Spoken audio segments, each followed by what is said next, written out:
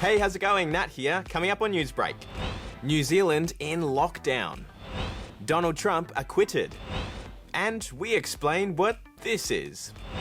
But before we get started, go ahead and hit subscribe if you want to. The travel bubble between Australia and New Zealand has been put on hold. Again, 3 people have tested positive to COVID-19 in Auckland, so the country's biggest city has gone into a 3-day lockdown. Here's Charlotte. New Zealand, a land of sweeping landscapes, rugby fanatics, hobbits and... What? A 3-day lockdown? As of 11:59 p.m. tonight, Sunday, February 14, Auckland will move to level 3 for a period of 3 days. Yep, our mates across the ditch have been told they'll have to bunker down for a few days after 3 new COVID cases were reported. Its largest city, Auckland, is in level 3 restrictions, which pretty much means, yep, you guessed it, staying home as much as possible. Me and my siblings, we've been doing our own learning. We've just been doing reading, writing and math. The rest of the country's in level 2 restrictions for the time being, which means school's still on and businesses can open. So what does it mean for us here in Oz? Well, unfortunately, that good old travel bubble everyone's been trying to make a thing for ages now has been delayed again. I'm not fussed. It's nice travelling around New Zealand. But it would be nice to visit my family in Australia one day soon. But with vaccines being rolled out pretty soon in both countries, travel bubble fun times might be just around the corner. We hope.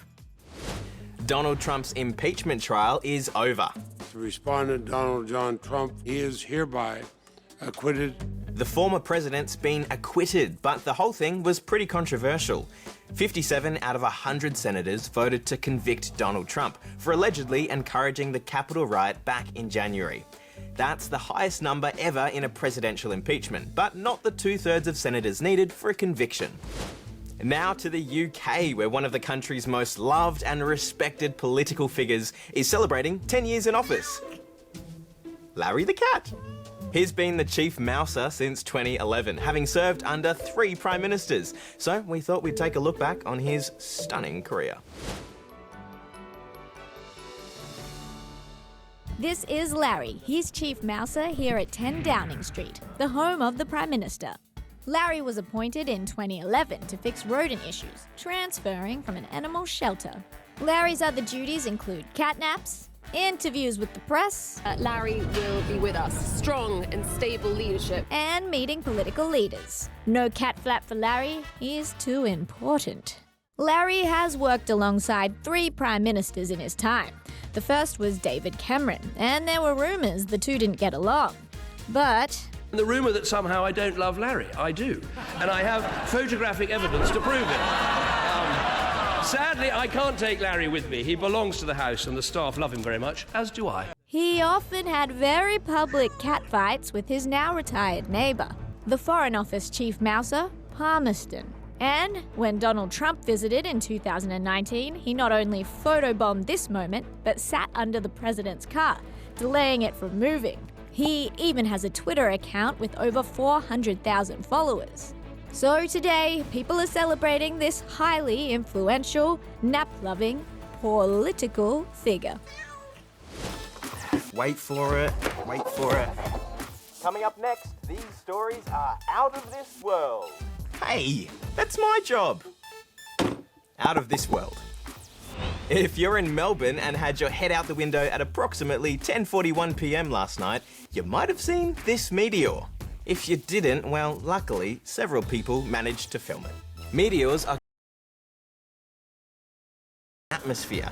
Usually they burn up completely before hitting the ground, but not without putting on a show.